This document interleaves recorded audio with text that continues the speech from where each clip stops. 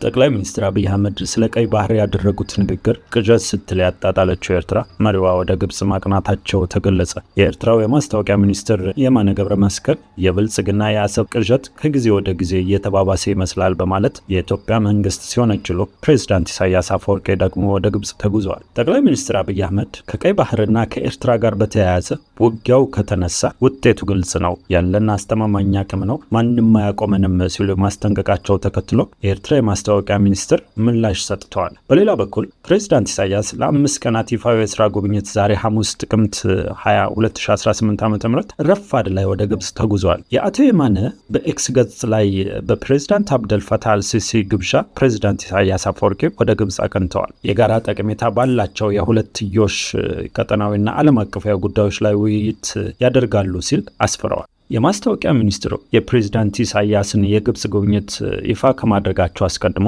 በኤክስ ገጻቸው ላይ ባሰፈሩት ጽሑፍ የብልጽግና ፓርቲ የአሰብ ቅዠት ወይም ህመም ከጊዜ ወደ ጊዜ እየተባባሰ ይመስላል። የቅርብ ጊዜው የህመም ተከትላ የህዝብ ቁጥር ብዛት ላይ ያተኮረ ነው ብለዋል። ጠቅላይ ሚኒስትር አብይ አህመድ ማክሰኞ ጥቅምት 18 2018 ዓ.ም በህዝብ ተወካዮች ምክር ቤት በሰጡት ማብራሪያ በመንግስታቸው የቀይ ባህር ጉዳይ ህጋዊ፣ ታሪካዊ፣ መልክዓ ምድራዊና ኢኮኖሚያዊ ነው ብሎ እንደሚያምን አስረግጧል። ኢትዮጵያ ቀይ ባህርን ያጣችበት መንገድ ህጋዊነት ላይ ጥያቄ ያነሱት አብይ ውሳኔው በካቢኔ ምክር ቤት ወይም በኢትዮጵያ በህዝብ ውሳኔ ያልተላለፈ እንደሆነ ጠቅሰዋል። ቀይ ባህር የሚያክል ነገር ያጣንበት መንገድ የህጋዊነት ችግር እንዳለበት ማሳያው ተቋሞች አልገቡበትም፣ ካቢኔውም አያውቀውም። እንዴት እንዳጣ ነው የሚያስረዳ አንድ ቅጽ ወረቀት እንኳን ማግኘት አልቻልንም ሲሉ ለኢትዮጵያ የባህር በር የማግኘት ነገር የህልውና ጉዳይ በመሆኑ በቀላሉ እንደማይታይ ገልጸዋል። የኤርትራው ማስታወቂያ ሚኒስትር በበኩላቸው ጥቅምት 19 2018 ዓ.ም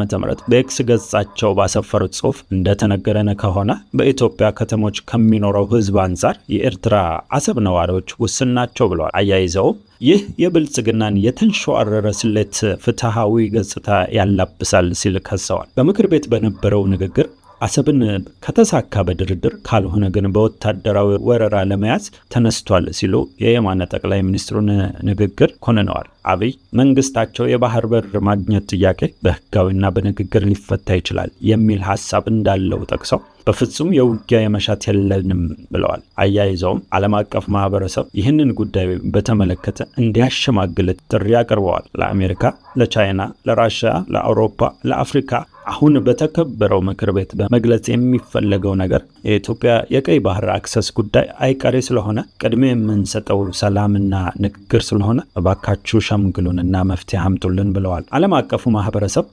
እናሸማግላችኋለን፣ ሰላም ያስፈልጋል እያለ የማዘናጋት አካሄድ የሚከተል ከሆነ ጉዳዩ ብዙ የሚሄድ እንደማይመስላቸው ተናግረዋል። የኤርትራው ማስታወቂያ ሚኒስትር በሰጡት ምላሽ በታሪክም የቅኝ ግዛት መታበይ ምክንያታዊ ገጽታ እንዲላበስ ይደረጋል፣ ከፍተኛ ተልዕኮ አለን፣ የስልጣኔ ግብ አለን ይባላል ብለው አጣጥለዋል። የብልጽግና ቂላቂል አካሄድ በዘመናዊ ታሪክ ተሰምቶም አይታወቅም፣ ከማጭበርበር ሚዛን ልኬትም በላይ ነው ሲሉ አክለዋል። አብይ ቀይ ባህርን በአንድ ቀን ማላጣ አንመልሰውም፣ በአንድ ቀን ማላጣ ነው፣ በፈጥሯዊ ሂደቱን ተከትሎ ይሄዳል ብለዋል። ኢትዮጵያ ቀይ ባህርን ያጣችው በ30 ዓመት ትግል እንደሆነ ጠቅሰው መልሶ ለማግኘት ግን ሌላ 30 ዓመት ያስፈልጋል ብዬ ግን አላስብም ሲሉ አክለዋል። ከማንም ጋር መዋጋት ፍላጎት የለንም ያሉት ጠቅላይ ሚኒስትሩ ውጊያው ከተነሳ ውጤቱ ግልጽ ነው፣ ከዚህ በኋላ አይሰራም፣ አሁኑኑ አለመጀመር ማለት ነው በማለት አስጠንቅቀዋል። አክለውም ሚሊዮን% እርግጠኛ ነኝ ኢትዮጵያ ተዘግታ አትኖርም፣ ማንም ፈለገም አልፈለገም ሲሉ ለምክር ቤቱ አባላት